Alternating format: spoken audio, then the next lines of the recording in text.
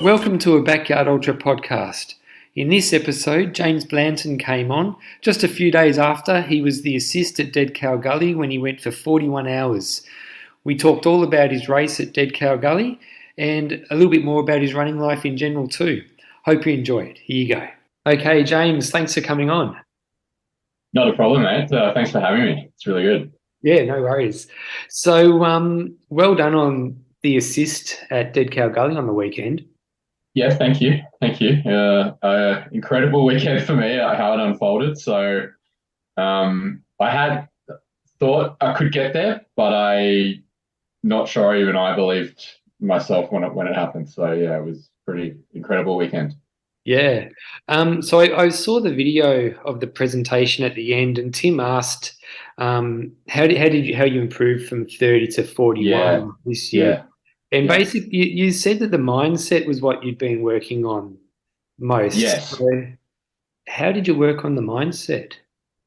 So last year, Dead Cow was a sort of revival for me. I was struggling with injury late in the previous year, and I was struggling with my relationship with running, to be honest. It was really painful all the time, and you just start to wonder, well, what's the point of it? And Dead Cow sort of gave me an opportunity to run really slow volume in my training and just get back into it that way. So, and then I thought, it's a perfect race to come back into if you're slightly injured, because you just stop when you want to. Yeah. And by the time that we got to Dead Cow last year, I had done a lot of volume. Like, I was doing big weeks, 150s, 160K, putting them back to back. And I still, in my mind, thought, I'm an imposter here. I don't belong here. I'm never going to get anywhere near the end. And I got to 30, and I did that with Sean Lyons and Pete, who ran this year as well. Sean got to 36. Pete got to, I think, 26. Mm-hmm. And yeah, we sort of made a decision together at that time to about Loop 27. We thought, we'll finish at 30. And by the time I got to 30 and finished, I was fine. And I just wrestled with that decision for the next, 6 months. Why did you stop? Yeah. And I think it was because, I didn't even believe in myself to be there, to be honest, to get that done. So it was a pretty easy shift to improve on that mindset.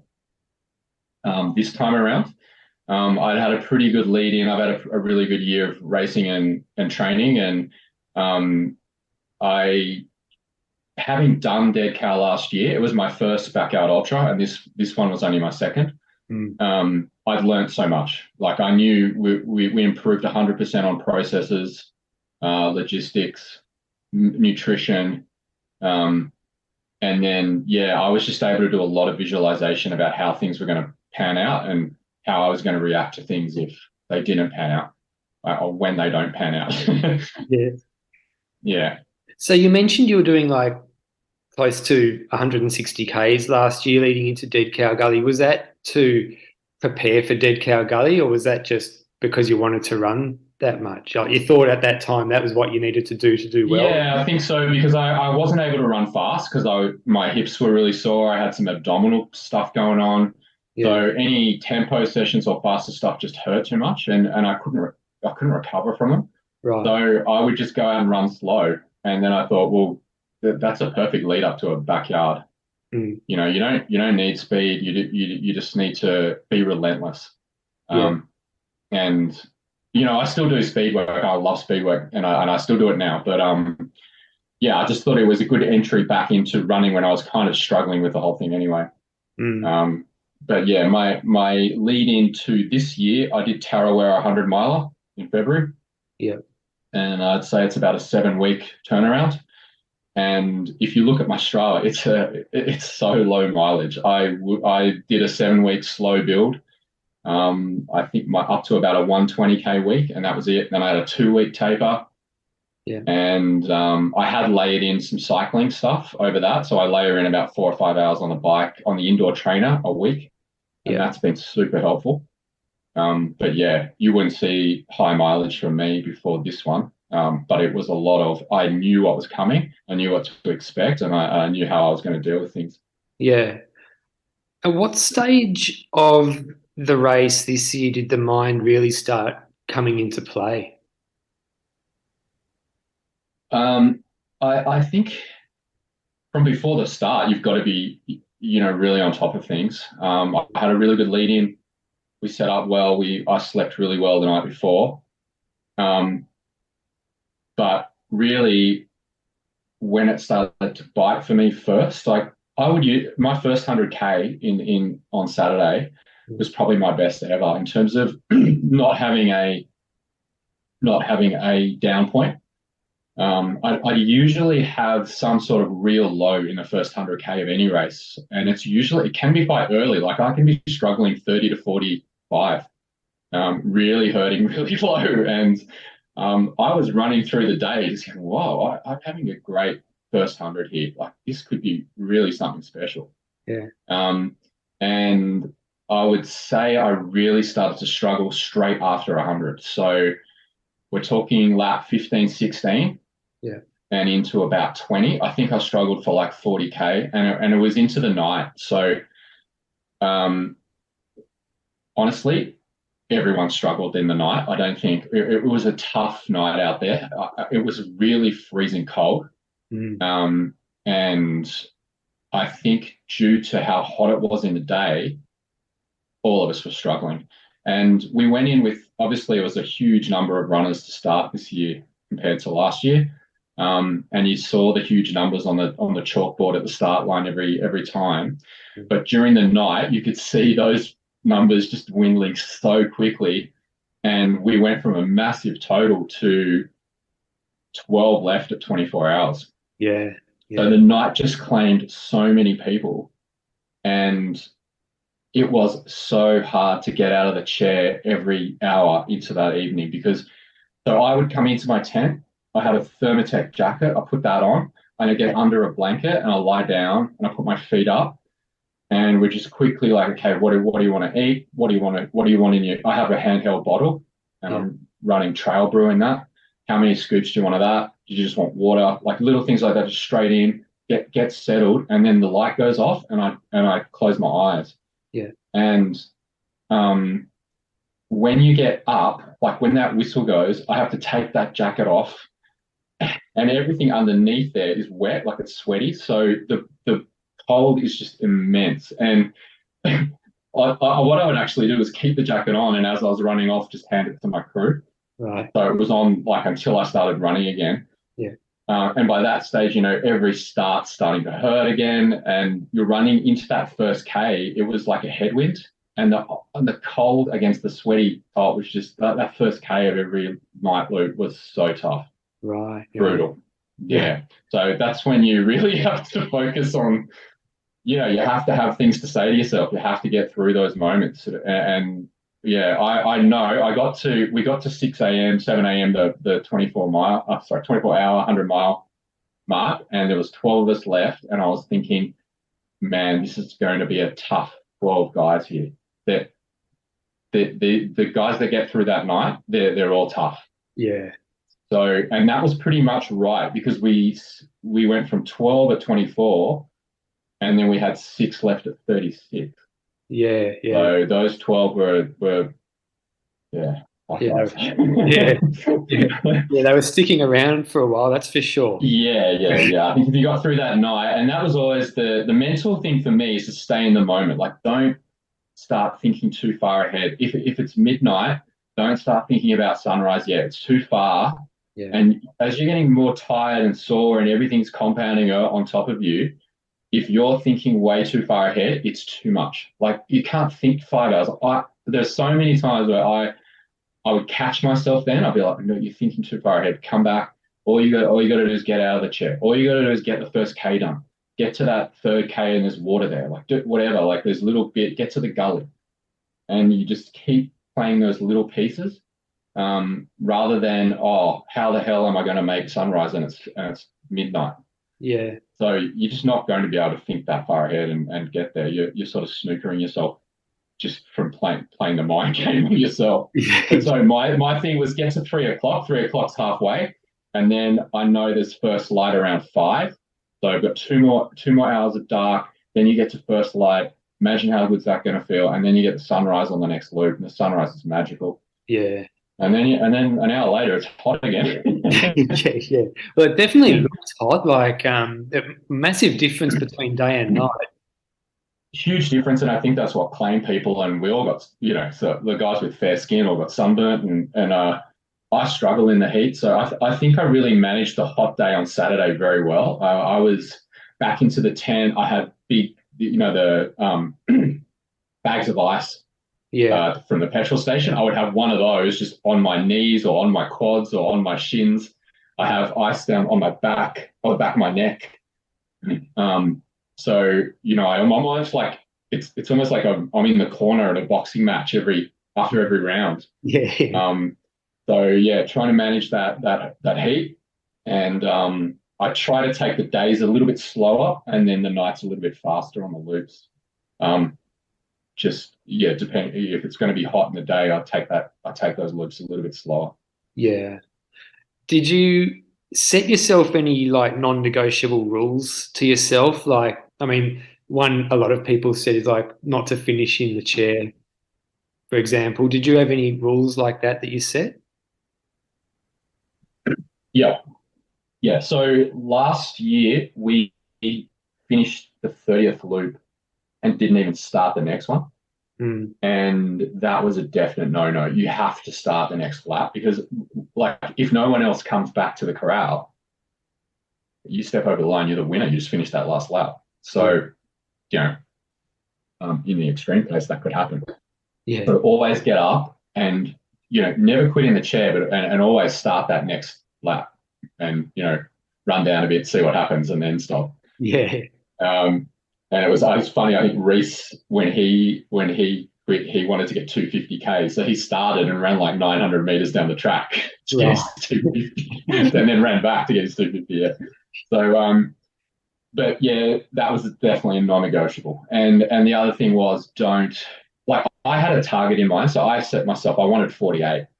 Yeah. But I just wanted to make 2 days and get to that 7 a.m. on Monday. So that was my sort of, shoot for the moon goal. Yeah. But yeah, I'd say that the non-negotiable as well was don't think too far ahead. Just play the lap you're on, get around that, and then deal with what's up next. Don't start thinking ahead, because it's too much. And yeah, I think one lesson I learned, big time from the first one was just that, it's stay in the moment. Yeah. And what got you in the end, I understand, is like your ankle. So yeah. So what stage of the race, or what happened to it, and when did it happen? Well, there was a picture of me at lap 30, and I had the big bag of ice down on my ankle. Yeah. So it was, it felt like a tendon going in the front of my front top of the ankle. Just the base of the shin. So as my foot was flexing on any incline, I was getting this pain right at the base of the ankle, and it really didn't feel good. And I think it just kept building and building. And then after I was just left with Ryan, we were actually putting ice, like pieces of ice, down my sock. Right. And my crew, Kitty, who's my partner, she pushed a piece of ice right onto this lump. Yeah. And it just hurt so bad. And yeah, I kind of, because you're so tired and not thinking, I was just thinking, am I actually doing damage here? I don't know what's going on. And yeah, actually, after I finished, by the time we got the sock off, there was lumps. So you could see a lump under the sock. And when I got it off, there was this band of swelling around the base of the ankle. So, but looking back on it now, how could I have got around that for another couple, Yeah. So it was just, you didn't twist it or anything. It was just like from using it so much. Do you think it was just one of those things? Yeah, this is another thing of testing out how can you train for this? How can you know what's going to happen? Yeah. I've never run that far before.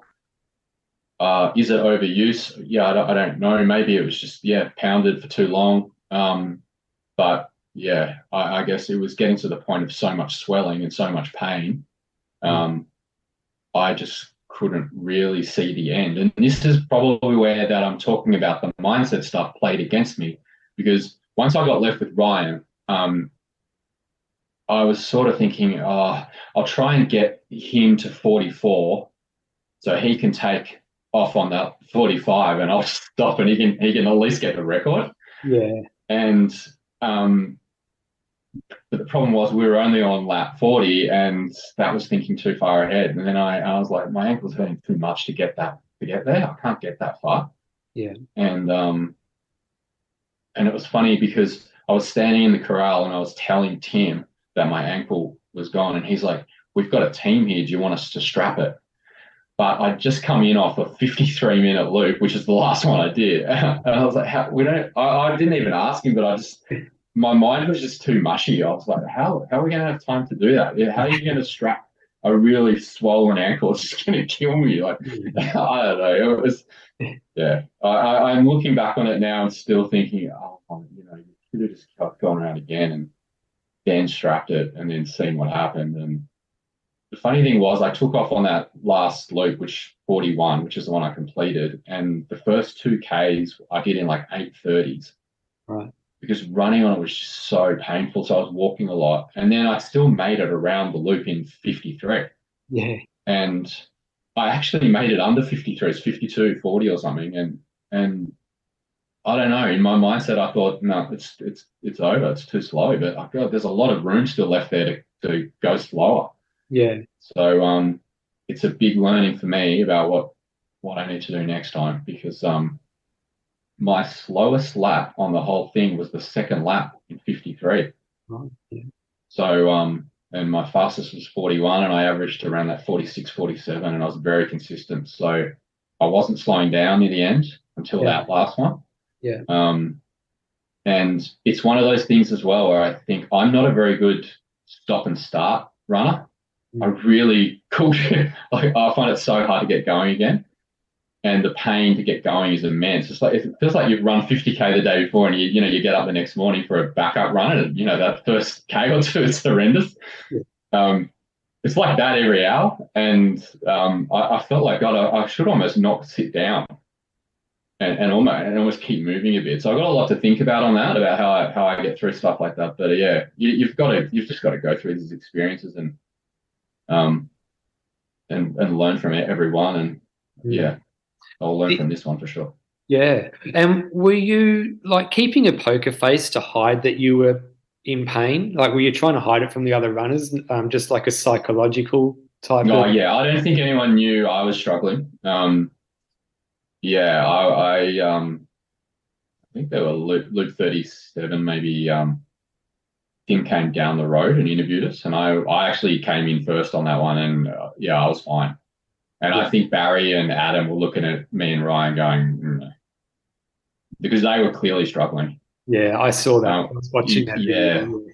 Yeah, and to be honest, like Barry had been pretty upfront with us all day. He said he'd struggled through the night.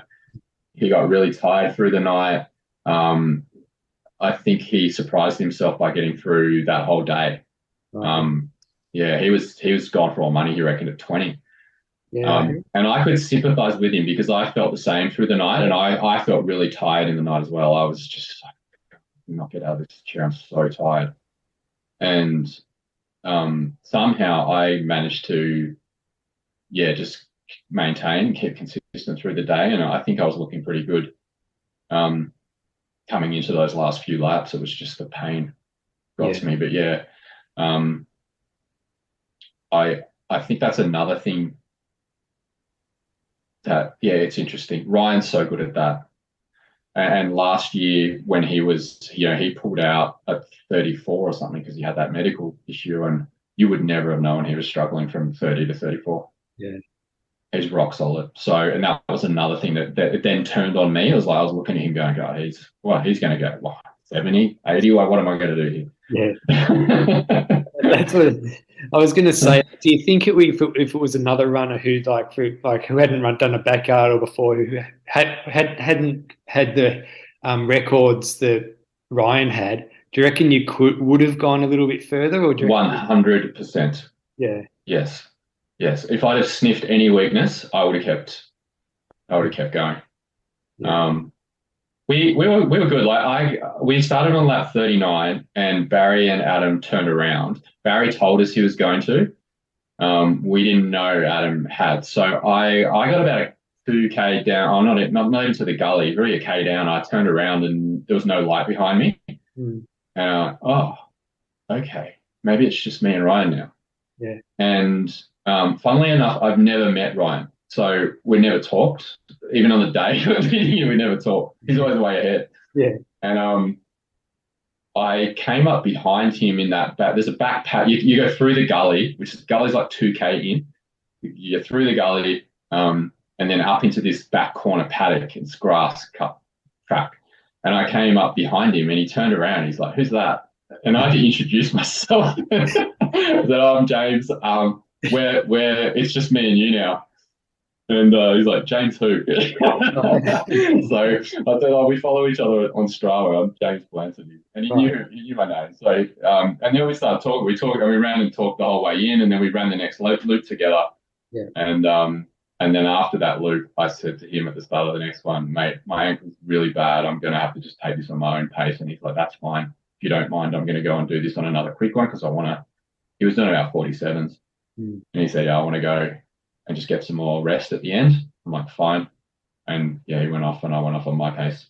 But yeah, I think to answer your question, I would have definitely, if I'd sensed anything, I would have hung around. And that's what I could see when we were down to the final four. Adam really started to struggle. I think it just it looked like mentally and just physically tired.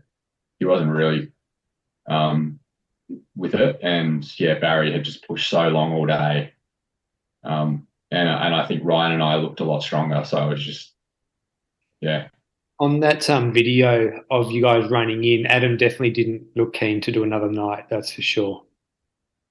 No, he mentioned that, right? So he said he didn't mind the heat of the day, but the night was yeah. To be honest, all of us would have been thinking that. I was thinking that. I was running all through the Sunday, going, I cannot get through another night like that. Yeah, There is no way I can do it. And the funny thing was, once we got into that second night, it wasn't that cold. And I don't know whether if that was me, because I'd got a bit of sunburn on the back of my shoulders and legs during the day, and I know Ryan had as well. So I don't know, my core body temp was just up a bit but Ryan was coming out, he got dressed in his trackies and everything as he does. And I was still in basically what I wore in the day, and I just put my armbands on. So I had armbands, but that was it. And he's like, "Mad, like it's freezing." I was like, "No, it's not as hot tonight. It's not as cold tonight."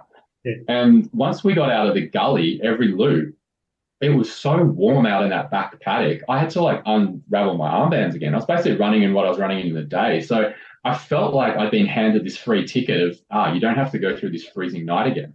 yeah. You've been handed a fairly nice night to get through. And I was so disappointed I couldn't take advantage of that. But yeah, the second night, all of us would have just been, and I know everyone that left through the night, even the guys that got through to 24 hours, I know like I was seeing some chats going on. It was like, those guys, man, it's going to get so cold again tonight. Mm. Yeah. So how's the ankle now? Is it like, have you had it looked at or anything like that? No, I'm just icing it, elevating. Still, the whole foot's a bit swollen. So yeah, I'm going to go to a physio tomorrow. But I just thought I'd let the swelling come off. Yeah. And see what the damage is if there's any, and hopefully not too much. But I'm pretty good with recovery. I would take probably a week or two off anyway. Yeah. I'll get back on the bike. In a few days and yeah, just slowly build back in, and I'll do a lot of recovery work. I've got a ice bath sauna at my gym and get some massage, and I like to take it pretty easy. That was a big effort. So I'll get us a couple of weeks off. Yeah, you Not like deserve Ryan. it. Well, that was the other funny thing with Ryan. He's like, I've got down under 135 in 2 weeks. Yeah, yeah. And I'm thinking, oh man, I don't want to, I don't want to push you too hard. Like, I'll give you the night off. I read that you were also hallucinating a little bit. Was that on the second night or the first night even? Or No, I didn't hallucinate on the first night. That was quite funny. I came back and the cow pats out there, like the cow poo, it's sort of like coiled up and it looks kind of stripy, so it looks like a snake. And I just thought one of them was a snake. I don't think I was that bad. I just ran past with my torch and I just saw this coiled up thing with a head and I thought, Jesus, that's a snake sitting right there. But it wasn't. And then when I got back and started telling someone on the start line, I realized I sounded quite mad. So I was like, oh, I'm not hallucinating. I'm fine. I think mentally I was okay. It was and it's always a bizarre thing, trying to understand how you're going to deal with the lack of sleep, especially going into the second night. But I think I've surprised myself. I think next time I'm ready to get in there and do that. And maybe I think if we could get some milder weather, that might be even easier. But it seems like all the backyard ultras up in Queensland are crazy weather. Mm. So yeah, I don't know. Yeah, well, I'm in Victoria, so I don't really know how the weather works in Queensland. I thought it was meant to be hot day and night every day of the year. So but I mean, I'm from Victoria, so I don't know. Well, I've run the BVRT, the Brisbane Valley Rail Trail, a few times, different distances, but I ran the 100-mile last year, and that was quite a hot day. Mm. So it's in June. It's the same weekend that the Masters is on, actually, at Dead Cow. Right. And it's really cold at night, like winter nights. Yeah. And then in the day, it just gets sunny and brutally hot, like very hard to deal with. Yeah. Was it a bit like spooky running through the bush at night by yourself? So second night, I did start to feel that, yeah. Out in the gully. I don't know why, only because maybe I was used to the first night with more people. And even though, when it goes down to 30 and even less, it's pretty sparse out there. Like, you look around and there might be a couple of lamps behind you and a couple ahead of you. Yeah. But it's just nice to have that there. Yeah. But when it was just me and Ryan and I knew I was behind Ryan, it was, yeah, this is pretty eerie out here. Yeah. Yeah, you're in the middle of nowhere. Yeah. And I was thinking, what happens if I do just fall down or stop? Like, how long does it take for Tim to realize and come out and get me? But yeah, it did get a bit eerie. Did running with Ryan deep into the race give you a perspective of how good he is? I already knew how good he is. Yeah. I think we all know Ryan. It's funny because he didn't know who I was. Yeah. But I knew, given what he's done and his profile, I knew exactly his approach to everything, and I really like his approach. It's not about outcome. It's about testing yourself. It's about the journey, and whatever happens, as long as you can walk away with your head up, your chin up high, that you've given it your all, that you've pushed as hard as you could, then that's what it's all about. And there was never any hint of competitiveness when we met and started chatting. It was just two blokes out there having a run. Yeah. And that's what I expected from him, and that's what I got. It was an awesome experience, to be honest, just to be left with Ryan Crawford at the end of a big backyard ultra like that, like 195 people to start that race. And there it was, like 11 p.m. on Sunday night. It was just me and him. It was something I'll cherish that memory, definitely. And it drives you to go longer. Yeah, sure. Yeah. And as far as preparations go, you got there, you slept there the night before, like the Friday night, you camped out there and stuff like that? So I live down in Casuarina in New South Wales, and I joked, it was about 300 Ks to get there, and I joked to Kitty, my partner and my crew, who I said, I might even run further than we drove to get here. Yeah. So I nearly did. um, and we got there at about 1 o'clock on Friday.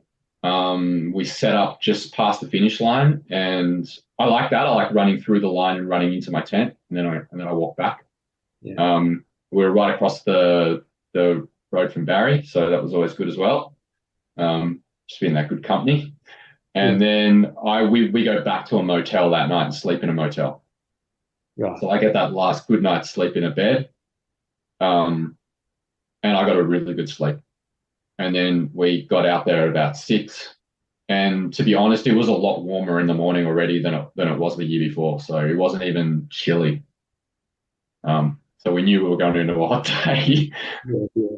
It's, And out there, it's funny because the sun comes up and you've got this beautiful, like cool but nice heat on you from the mild sun. But then an hour later, it is hot. Like it's lights on, and then at the end of the day, it's lights out. The sun just goes and it's black, and yeah. your headlamps on within a second. It's just like, oh God, I can't see anymore.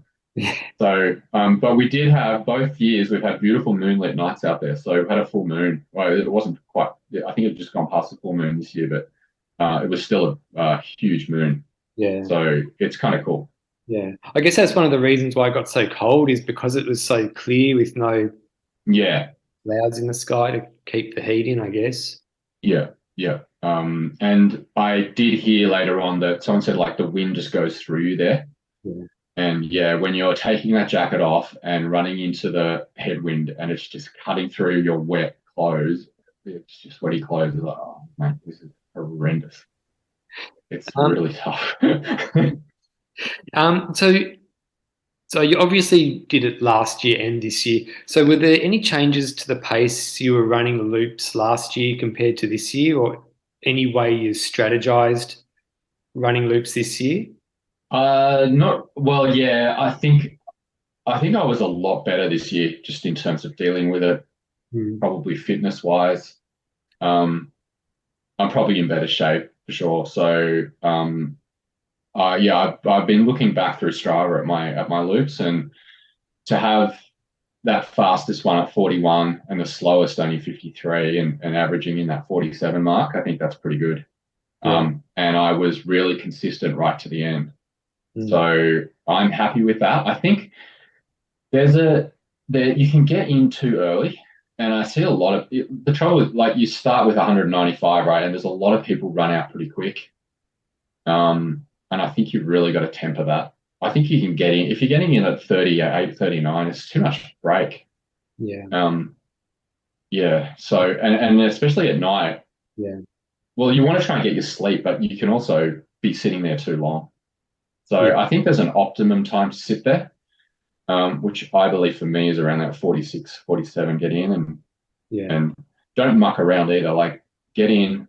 If you're going to put a jacket on, do that. Get the blanket on, whatever you need to do. Just get in the chair, get your feet up, and get the food that you need in, and then shut down. Mm. Like if you're just wasting time talking, or that was another thing that I had for myself was don't sort of sit down and then go through everything that's going wrong or everything that's bad about the conditions or oh this hurts or that hurts. Just shut up.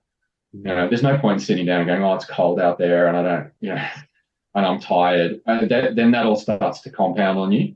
Yeah. So I was very quiet compared to the year before, I think, to my crew. And poor Kitty, she's out there by herself as well. So she had half an hour sleep in 41 hours.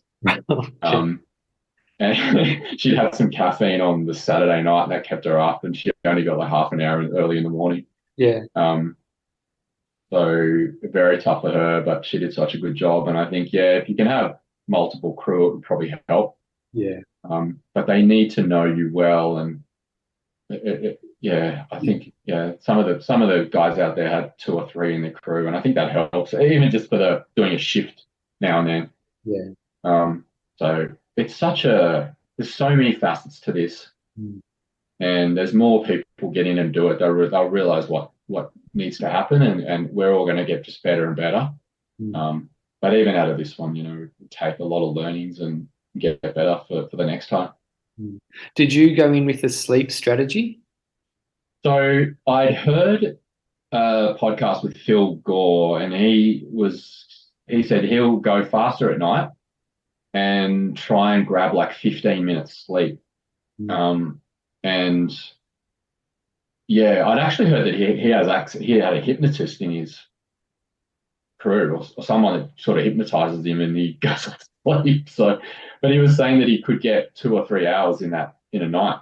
Yeah. And that's huge. I mean, if you can grab that. My strategy was to sort of emulate that as much as I could, in that go a bit faster at night, get back and just turn the lights off and shut down. And even if you don't sleep, if you're just in that state of lying back, close the eyes. I have little meditations for sleep that I listen to, or I just listen to a low frequency music. So I would put that on in my headphones and just lie back, and that would be like 10 minutes of that. And even if you don't really sleep, you're getting something there. Yeah. But it's the difference of doing that than sitting there talking or even looking at your phone or doing something like that. It all takes energy. So you've got to be very particular with where you spend your energy. And yeah, I think I did that pretty well. I was getting in, we were just doing what we needed to do. I was making sure I was warm, and then we just flicked the light off and it was in the dark. Yeah. Yeah. When you were running the faster loops, was that because you wanted to try and sleep when you got back in? Sure. Can be, yeah. Yeah, I just want more time in this loop. So let's just push it out a bit harder. Yeah. Yeah. Yeah. But sometimes you're just feeling good out there, and in a loop, you'll just do it faster. Yeah.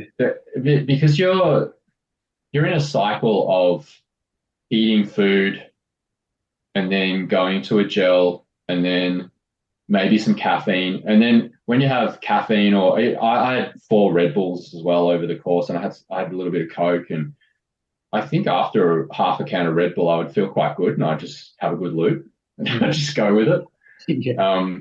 So yeah, you're in, like, I would have for actual food, I was eating a lot of watermelon in the day. So we had like I had like a Yeti esky filled with ice. Everything was cold, and I had cold watermelon bits, and that was huge through the hot days, both days. We had potato fritters already made up, and I would just snack on that a little bit. Zucchini bacon slices, which were like so nice, and just soft, it's a soft egg and a little bit of protein. Like, I think you had to have a bit of protein through that, such a long effort. Yeah. I think for dinner I had like a little pot of noodles. For breakfast we made pancakes, and I doused them in maple syrup. So, and there's those little things to look forward to that you get to 7 o'clock, I'm having pancakes, So yeah, getting quicker for that. So talking about Phil, like, everyone knows how intricately he plans his races. Like, he'll have it loop by loop. Did you have something similar? Like, did you plan that intricately? No, I'm not like that. I can't plan that intricately. I just go with the flow. I have high level things I need to hit, and once I'm hitting those, then I like to run to feel. Yeah. And I think putting a plan in place is kind of worthwhile, I think. But it's that old saying of, like, Mike Tyson, you get your plan, but it all goes to shit when you get punched in the face. So you're always going to get punched in the face in ultras. Every ultra, there's, no matter what, it's never going to go to plan. So have some strategy, but then the guys that are the most flexible are the guys that are going to get through. Yeah. You have to let nothing phase you. You just don't worry about the conditions around you, and enjoy the unfolding of your day. And I think I'm putting in place pretty good philosophies around how I approach these. But I would never have a list of times for each loop, because it does not make sense to me to do that. Like, what happens? Yeah, well, if it condition rains, or you're not feeling good, you start getting sick. Like, it all changes. So it's that whole thing of expectation in a race as well. You want a time, and then halfway you're like an hour off that time, and then you just don't enjoy the rest of the race because you've missed your target. And I think that's such a big part of adapting to running ultras is just enjoy the journey, enjoy the unfolding, and don't worry about the outcome. You're there just to experience the journey. Yeah. Yeah. On the other spectrum as far as running goes, you mentioned that you used to run at the Stall Gift. Yeah, I did. Yeah. Yeah. Like 110 meters. So how long ago was that? So I grew up as a schoolboy. I was a 100 and 200 meter runner. Yeah. You would never get me to run more than 200 meters. I used to look at the 800 meters and 1500 meter guys as like a different species. We weren't the same kind of human. Yeah. And then I graduated to 400s when I was early 20s. Yeah. And I ended up with a PB in the four of about 48, Yeah. 48.02. And then I started to go to longer road stuff. So I started to do 5, 10Ks.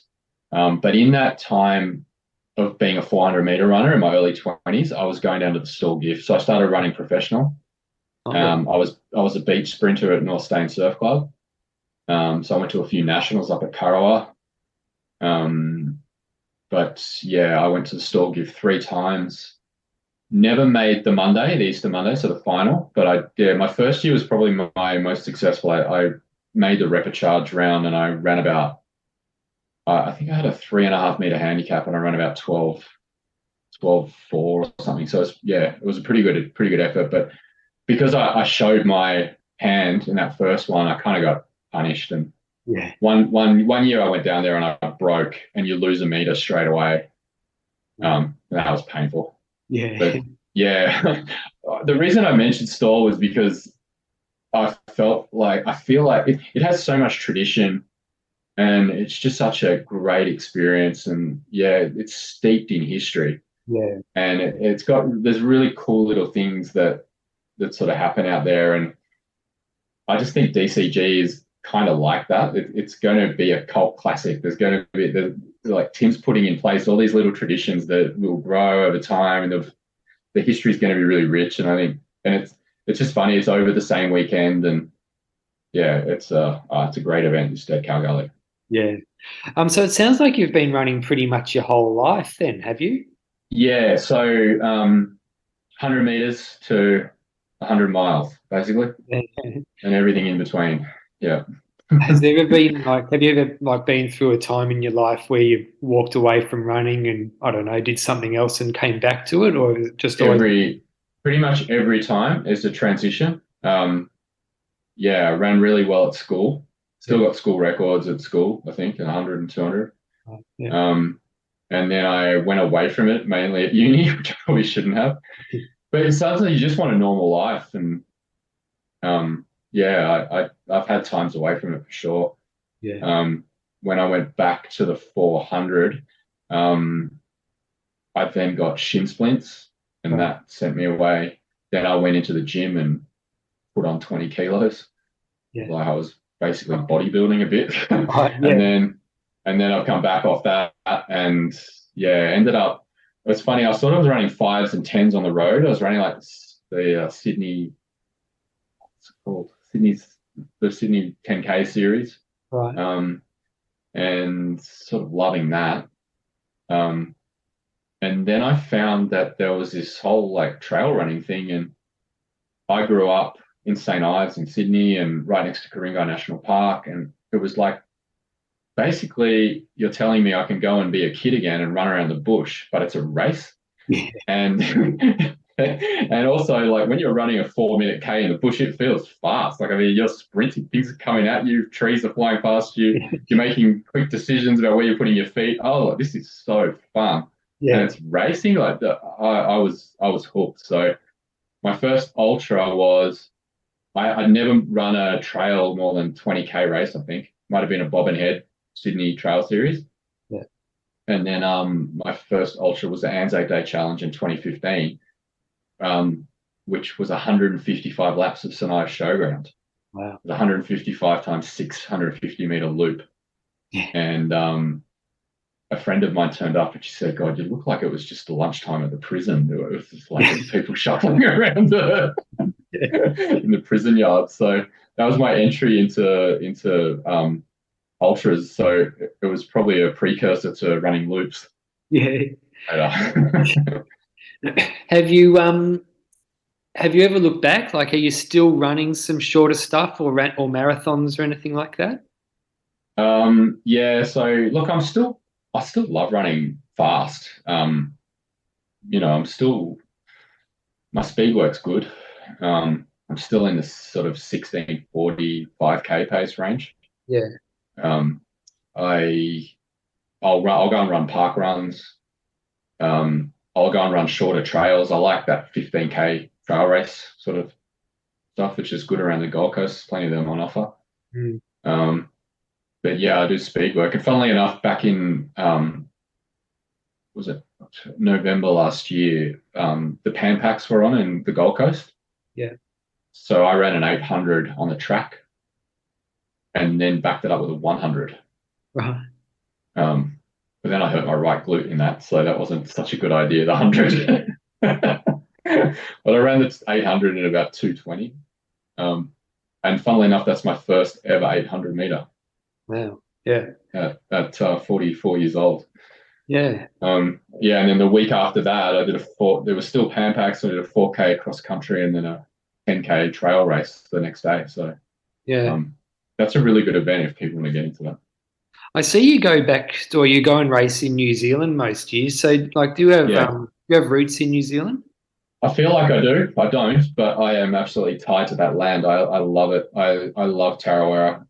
It is a beautiful place. There's so much spirit in that land, and I will go back there another. I've been there 6 times. Yeah. Went this year. We had the last 2 years off.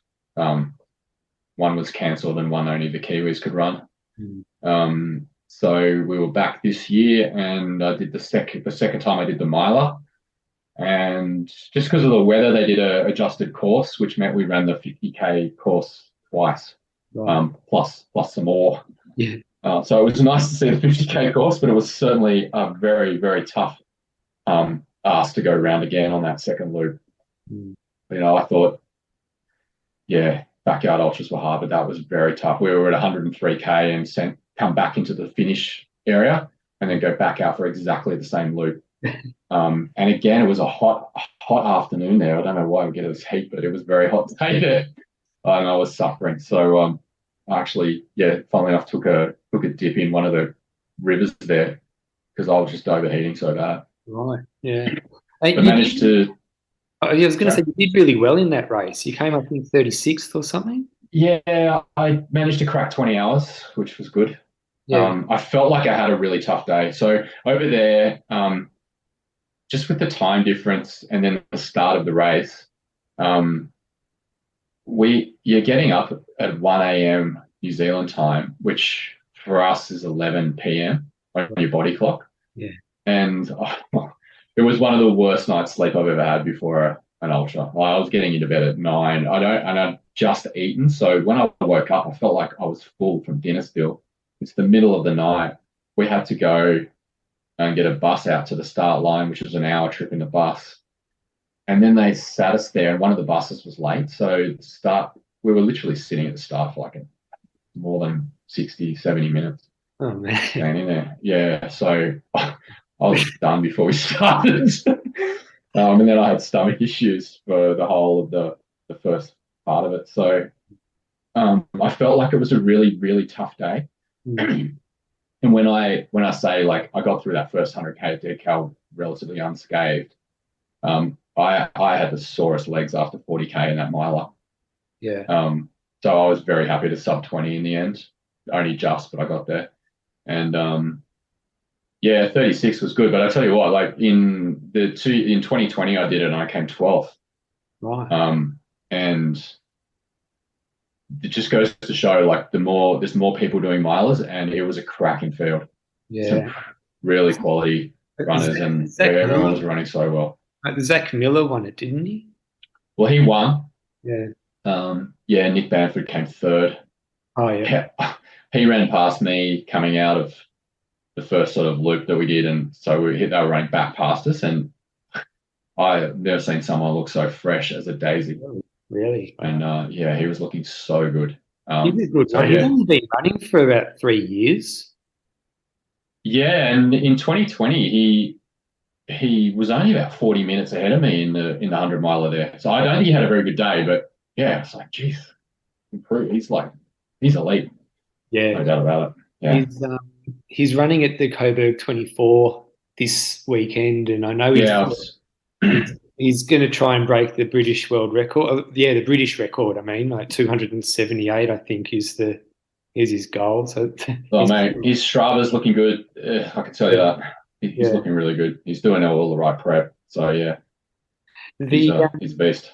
yeah, and I noticed, and you mentioned it earlier that on Strava, you've increased your cycling as well. So Yeah. is that just So yeah? What is that to avoid injury because you like it, or just to keep fit, or yeah, it's a bit of everything. So I bought a gravel bike, and it was a bit of a okay, yeah. While I was injured, I'll buy a bike and get on that. And then I found Swift. yeah, And as I said, I probably added lay it over like 4 to 6 hours a week on the bike. mm, It's probably 100 to 150 kilometers of cycling a week. Um, and I absolutely love it. So it's been so good for summer. I've got a really little room with an air conditioner, and fan. So in summer I can just be inside, train, not have the problems of the heat affect me. Um, and I've joined a team called Sisu Racing. oh, cool, So Sisu is a Finnish philosophy of the lifestyle, and I think the hardness of being tough. Um, so we've got this amazing. I've got Israeli guys in my team, Americans, Aussies, and we all get together on a Tuesday at let's say 5 o'clock, and we race either a team time trial or quick races or something like that. And these 30 to 50-minute races are honestly the toughest thing I do all week. I fall off that bike and just I'm lying on the ground and I'm just dead. yeah, So the philosophy for me is of mixing the cycling in is okay, take some load off the legs running wise. Um, Add in a few hours of zone 1 and 2 on the bike, so it's just low heart rate cruising. They do really good tempo threshold VO2 max sessions within Zwift that you can just access. So it's all set for you. You just got to sit on the bike and go as hard and just do what it tells you. The erg does the rest for you in terms of how much pressure it's giving you. It keeps me mentally fresh, I think, as well. Just yeah, doing something different. And I like the idea of the brick sessions as well. So, getting the bike in and then running on tired legs. yeah, I think I found with ultras is how do you replicate running on tired legs? Because that's where the real stuff starts to happen. 70 k's into 100 or 120 k's into a miler. You can't really get yourself there in training, but I think you can replicate it slightly with having a session on a bike and then running. yeah, And I see so many triathletes coming across the trail running and killing it. yeah. Um, I've got to try it. So I think it's working. I think it's working. And I love it. So it's just easy to layer in. So I could have a 70 or 80k week of running, but I've still had that extra 4 hours, 5 hours that I could have spent running and got to 120, but I've had that different kind of layering in of the cycling training, which I think it's good.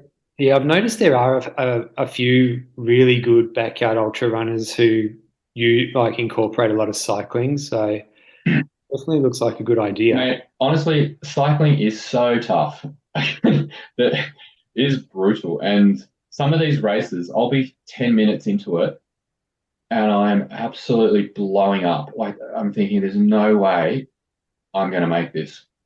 And you're trying to hold on to the peloton. There's even drafting in it. So if you stick with the peloton, you're fine. If you lose it and drop off out of the draft, you may as well just switch off. You're gone. Like you're just flailing behind them on your own. And so you've got to just mentally stay in the game and push and push and push. And I think that has really helped me in my running. Yeah. Mm. You mentioned a little while ago you had stomach issues at that at Tuawera recently. Yeah. Is that how do you normally deal with stomach issues? Do you get it a lot, or was it something like was that an unusual occurrence? No, I'm pretty good usually, so I'll be very careful on what I eat the night before. I won't eat too much, but I think just the timing that we ate dinner at the night before Tarawera, and then being up at 1 o'clock, Yeah, and I woke up and none of my food had digested, and yeah, I'd eaten too much and I'd eaten it too late, yeah, and then I struggled with kind of, I guess, just feeling too full mm. and wind, just feeling, yeah, too full. So that's the first race I've ever had to use a portaloos, and I had to use them like twice. So Right. I've never even considered, like, never been in my mind to go on a race, but yeah, I had to sort that out twice, Tarawera, that year. But again, like, you can't worry about it too much. You just got to just do what you can. Make Yeah, sure you're getting hydration in, and it wasn't like I was spewing or not being able to hold food down. I've never had that before. mm. So that will be interesting when that happens for the first Yeah, time. But yeah, I'm sure I'll get through that somehow when it does. But yeah, it just makes it not enjoyable. yeah. Mm. And do you do martial arts as well? You're wearing a martial arts t-shirt. So yeah, I had a very good mate who left the corporate world and started his own gym, and he's always been very into martial arts. And I did a few years with him down in Sydney before I came to the Gold Coast. And then when I came to the Gold Coast, I did some kickboxing in Miami. I don't do that now, but I think it's still some of the philosophy and training rubs off on me. Yeah, When I got to the Gold Coast, I actually did a yoga training, like a teacher trainer course for a year, yeah, and very intensive. It was Ashtanga. It was 3 times a week training, actual sessions, and then some workshops on Sunday. And what that's left me with is definitely some mindset stuff, but also I have a very good ability to stretch. Like I think a lot of, especially males in running, don't stretch enough and don't stretch properly. I don't go to yoga class anymore, but I can get on my mat and I could easily spend an hour and a half just flowing through positions, and I kind of just go from one thing to the next depending on what my body's telling me. So yeah, the whole weeks leading into Dead Cow, I'd be up early and just lie on my yoga mat and roll around, and just, I might sit in a stretch for 4 or 5 minutes if it feels that that's what it needs. And then I'll just flow through to the next thing. And I don't even think about it too much. It's just one thing to the next, to what needs it next, and what feels good. And I honestly think that if you could stretch for an hour for every hour that you run, yeah, probably about right. Yeah, so I think that really helped me through the race, because maybe that really contributed to that first easy 100K. yeah, yeah, sure. Um, so what's next? So I will consider BBRT. Yeah, I did the miler there last year and I was disappointed with it. I ran about 18 and a half. So I'd love to go back and better that time. yeah, Um, yeah, it's flat, but it's hard. As I said, it's cold in the morning and hot in the day, and then drop down again at night. yeah, Um, yeah, look, I was actually considering the 200 miler. I'm undecided right now, so yeah, it could be anything from the 100K to the 200 miler at this point. But you look at it in the calendar and it's 7 weeks away. So mm, I will continue to train. I'll recover now, and then I'll get back into a big block of training, like a 4 week block, and then decide what I'm going to do. And then I'll do another 100 miler later in the year. yeah. Yeah. The what about backyard ultras? Do you think you'll do another one before Dead Cow Gully next year? Well, I was looking at Clint Eastwood. I think that's full again. He opened it up. Alan opened it up the other day, but I think I missed it. So I might just see if that's a possibility. Yeah. Um, so really, I love the Dead Cow course. I'm a trail runner at heart, so I really love the trail, and especially what Tim did with the gully this year. It was a beautiful flowy trail. It looked awesome. It was amazing. Yeah. So although going to the Clint Eastwood in theory would be quicker and easier, I don't know about that. I think I like the ups and downs, and I like the changes in cadence and gradient and things like that. I think for me it's easier. Yeah. So, and again, they get some weird weather at that one. Oh, really? Yeah, it seems like they do get some hot days, and but you take the cut to do it with. But Yeah. I'll have a look at that. I'd like to do another one before Dead Cow. I would. Yeah. So I'll have to look into it. Does the Masters not fit into your calendar? So I've been talking to Tim before, like way before this, and I was going to do the Masters and not do Dead Cow. And yeah, and then I decided that actually, no, I want to do Dead Cow and not the Masters. Yeah. So mentally, I feel like, oh, I could put myself down for it. We just got the messages coming through on the group chat to who's in, and then I'm like, oh god, should I do it? But I think I'll regret it if I do it. I think it's too close for me. Geez, it's going to be cold out there at night too. Yeah. Going to be interesting. Yeah. There are a couple of options in South Australia later this year, and there's Hysterical Carnage in November, I think it is, which is in SA. So, and there's No Time to Die in September, I think. So there's a couple of other options there if you wanted to. Yeah, I'll have to explore, and it might be interstate for me for sure. But yeah, the Masters is going to be amazing, and if I don't run, it's the same weekend as BBRT as well. So I think I probably want to go and do something there, but I would love to just go out and watch it if I'm not running it. Yeah. But yeah, it's going to be 70 runners out there, and the night loop is going to be on the road.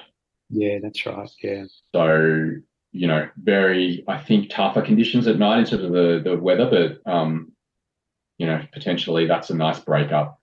Yeah, yeah. So you would like, you think that would help you?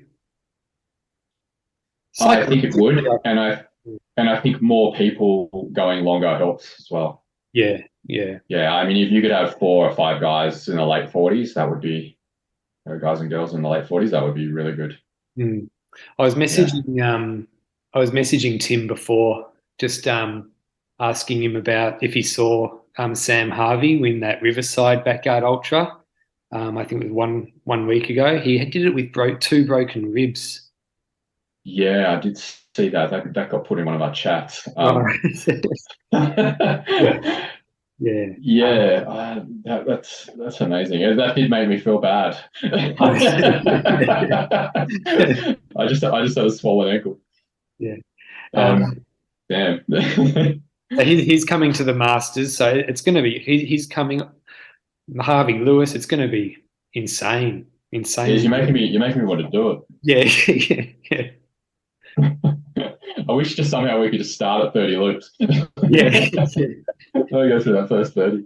Yeah.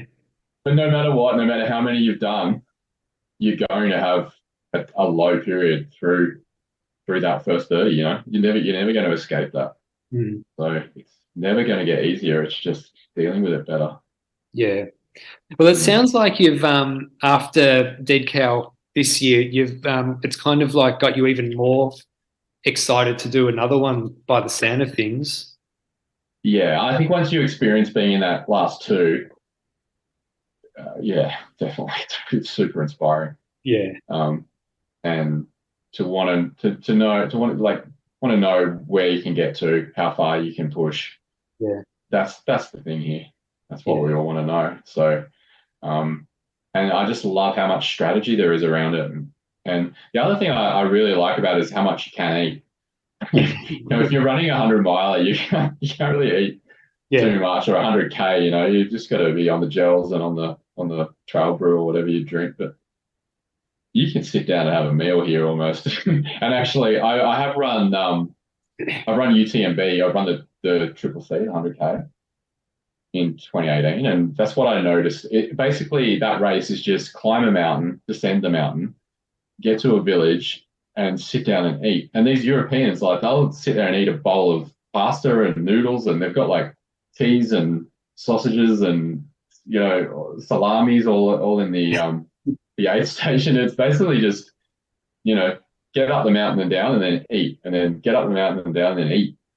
And yeah, it's more that in this, because you can really have some real food, and mm, you don't have to run fast, so you're not getting that stomach yeah, upset as much as possible. But the trouble with these ones going long is you start to you just get bored of what you've got. You don't want to eat anything anymore. We're like, I'm bored of everything, and yeah, what else can I have? And then you do start to get a bit full. So I was finding my mouth was super dry, but my stomach was full of. I'd already drunk as much as I could, and it's yeah, so annoying. yeah, So yeah, there's so much that you've got to get right, but it's great fun trying to find the right mix. yeah, yeah, yeah. There's so much to it. There's so much fun. Did you like the social aspect of it as well? Like always, like compared to point, you're often running on your own, but with the Yeah, backyard ultra, you're running with people pretty much the whole time. it's so good. The running community is amazing. Everyone out there, you're right. Like in a race, you run off, and you're basically where you are in that race, and the people around you are the same skill level and that. But in these, you might just be running with, you might do one, or just come across some people that only want to do 5 loops, and you can have a quick chat to them. And then there's guys that are just getting to the 100K, and you can just see the absolute elation they have. There was one guy who had only run 60K before, and he got to 120. Yeah, He was like, it's double my distance PB. And you have all these stories unfolding in front of you, and it's all around you. And honestly, it's such an amazing part of it. And out there, the crowd support was immense. I mean, Tim had put a viewing platform down about a K from the finish line, and you only had to walk about 100 meters from the farmhouse for the supporters to get there. yeah, So that viewing platform just became this group of people all night. There were so many people. They were screaming at us as we went past.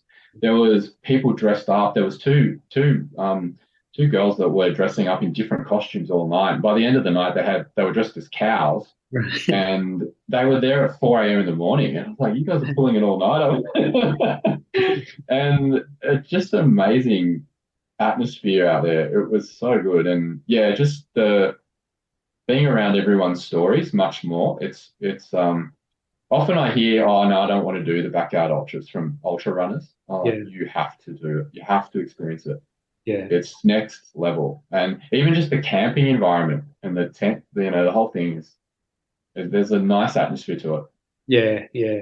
Mm. Yeah, it's kind of a little bit like a music festival, but for runners, I reckon. Yeah. Yeah, Tim's got the music playing. He's got a bar, Yeah. the DNF bar. Yeah, I saw And there's a grandstand as well at the starting. he's got the scaffolding up there. So he said he's just keeping that there now till the Masters. So that's going to stay. Yeah, It'll all cool. look the same. So, you've got a beautiful fire going out there. And yeah, as soon as I finished, I was sitting in front of that fire Yeah, trying to warm up again. But it's a great place. yeah. Just great being out in the country, and yeah, amazing experience. Mm. Well, thanks for coming on to the podcast, James. It's been a Absolute pleasure, mate. Yeah. really good. Well done on your run at Dead Cow Gully. It was really impressive, and everyone's excited to see what you do next. Yeah, thank you so much. Yeah, it's great. I love what you're doing as well, and I love this backyard ultra concept. And I think it's just going to keep growing, and everyone's just going to keep getting better and better. So it's going to be an interesting next couple of years in this space, I think. Yeah, it's going to be good. Well, thanks again, James, and we'll keep in touch, and hopefully we'll see each other at a Backyard Ultra sometime soon. 100%. Good Yeah. stuff. All right. Have a good one. Thank you. See ya. See you, James. If you've enjoyed this podcast, it would be awesome if you could share, comment, like, subscribe, all of that. If you've got any feedback, shoot me a message. Hope you have a great day. See ya.